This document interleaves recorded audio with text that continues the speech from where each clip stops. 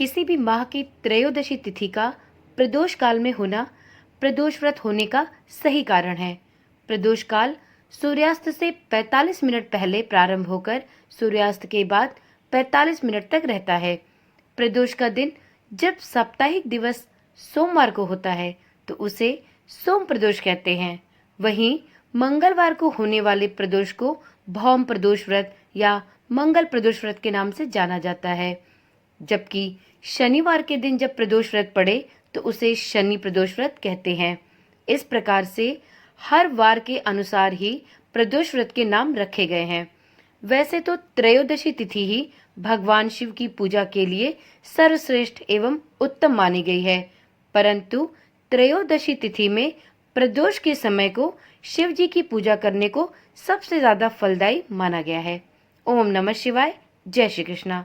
आप सभी का सनातन धर्मसार चैनल पर बहुत बहुत स्वागत है। मित्रों, इस चैनल के माध्यम से आपको प्रतिदिन कुछ नई जानकारियां और पौराणिक कथाएं प्रस्तुत की जाती हैं। तो सनातन धर्म से जुड़ी नित्य नई जानकारियों को जानने के लिए इस चैनल के साथ जुड़े रहें। साथ में चैनल को भी सब्सक्राइब करें और नोटिफिकेशन बेल को ऑन करना ना भूलें। मित्रों, आज की वीडियो में सबसे पहले जानते हैं कि प्रदोष व्रत कब पड़ रहा है। तो देखिए, चैत्र शुक्ल प्रदोष व्रत रविवार अर्थात 21 अप्रैल को पड़ेगा और चूंकि यह रविवार के दिन पड़ रहा है इसलिए इसे रवि प्रदोष व्रत कहते हैं। रवि प्रदोष व्रत आरोग्य प्राप्ति और आयु वर्धक देने वाला व्रत है।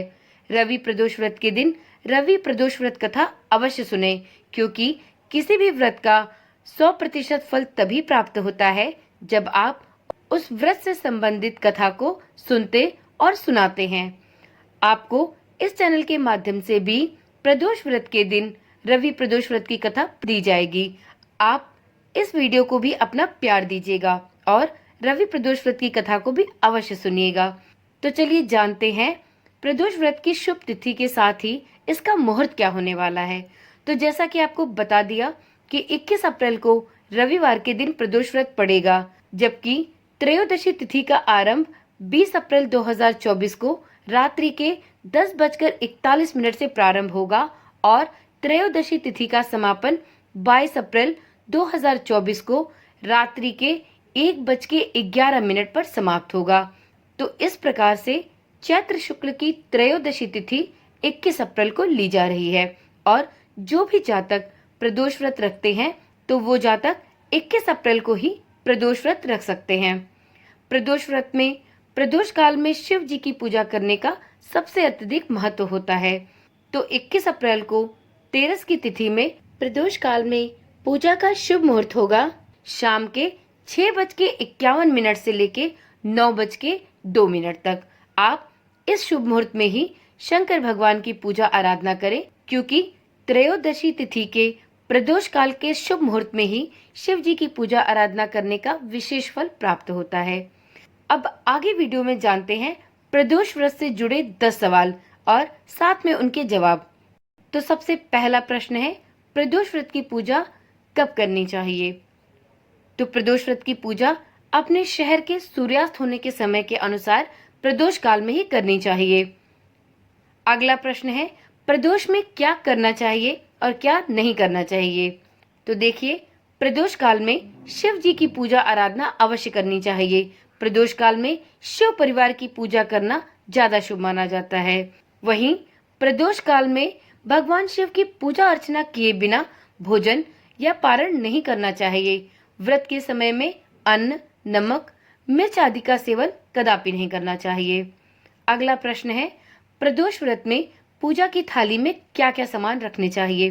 तो देखिए, प्रदोष व्रत में पूजा की थाली में आप अबीर, गुलाल, चंदन, काले तिल, फूल, धतूरा, बिल्वपत्र, शमी पत्र, जनेऊ, कलावा, दीपक, कपूर, अगरबत्ती एवं फल के साथ पूजा करनी चाहिए।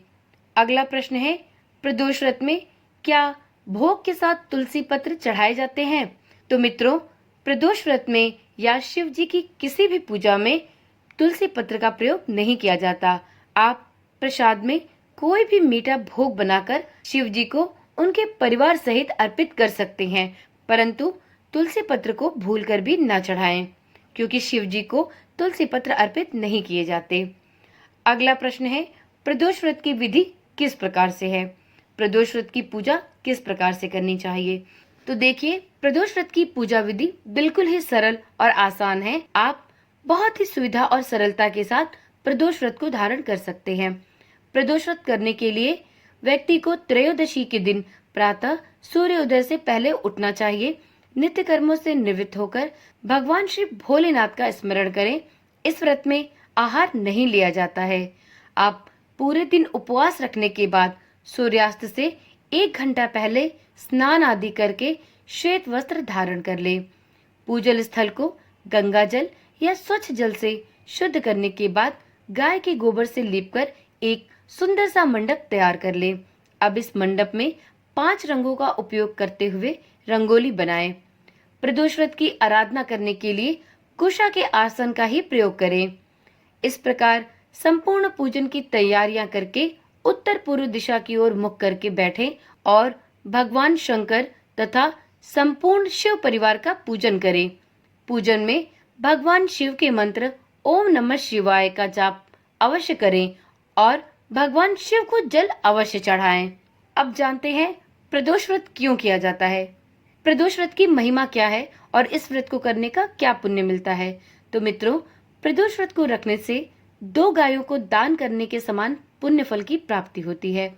प्रदोष व्रत को लेकर एक पौराणिक तथ्य भी सामने आता है कि एक दिन जब चारों ओर अधर्म की स्थिति होगी, अन्याय और अनाचार का एकाधिकार होगा, मनुष्य में स्वार्थ की भावना सर्वाधिक होगी, व्यक्ति सत्कर्म करने के स्थान पर नीच कार्यों को अधिक करने लगेंगे।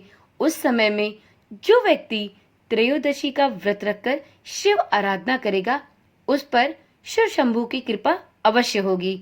इस व्रत को रखने वाला व्यक्ति जन्म जन्मांतर के फेरों से निकलकर मोक्ष मार्ग पर आगे बढ़ेगा और उसे मरणोपरांत उत्तम लोक की प्राप्ति होगी।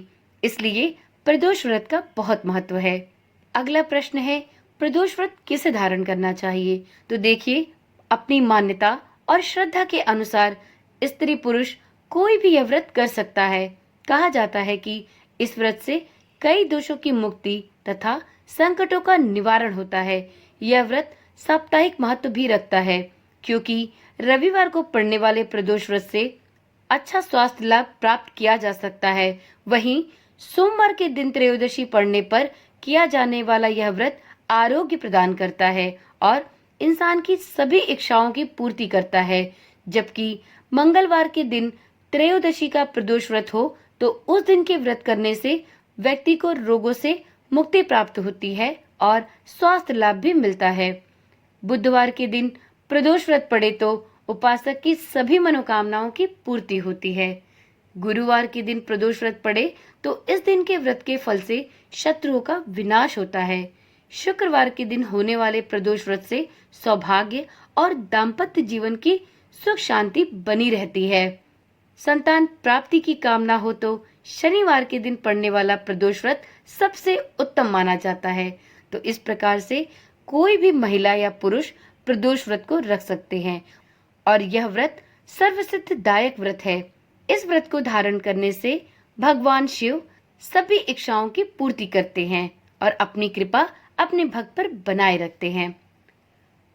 अब देखते हैं अगला प्रश्न, प्रदोष व्रत का उद्यापन किस प्रकार से करना चाहिए? तो मित्रों, इस व्रत को सर्वप्रथम संकल्प लेकर 11 या फिर 26 त्रयोदशियों तक रखने के बाद ही व्रत का उद्यापन करना चाहिए। व्रत का उद्यापन त्रयोदशी तिथि पर ही करना चाहिए। उद्यापन से एक दिन पूर्व श्री गणेश का पूजन अवश्य करें। पूर्व रात्रि में कीर्तन करते हुए जागरण करें। अगले दिन प्रातः जल्दी उठकर एक सुंदर सा मंडप तैयार करें। मंडप को वस्त्रों और रंगोली से सजाकर तैयार करें। ओम उमा सहित शिवाय मंत्र का जाप अवश्य करें। यह मंत्र जाप 108 बार करने के पश्चात हवन करें। हवन में आहुति के लिए खीर का प्रयोग करें। हवन समाप्त होने के बाद भगवान भोलेनाथ की आरती करें और शांति पाठ करें। अंत में 2 ब्राह्मणों को भोजन कराएं और अपने सामर्थ्य के अनुसार दान दक्षिणा देकर उनसे आशीर्वाद प्राप्त करें। तो इस प्रकार से आप प्रदोष व्रत का उद्यापन बहुत ही सरलता से कर सकते हैं।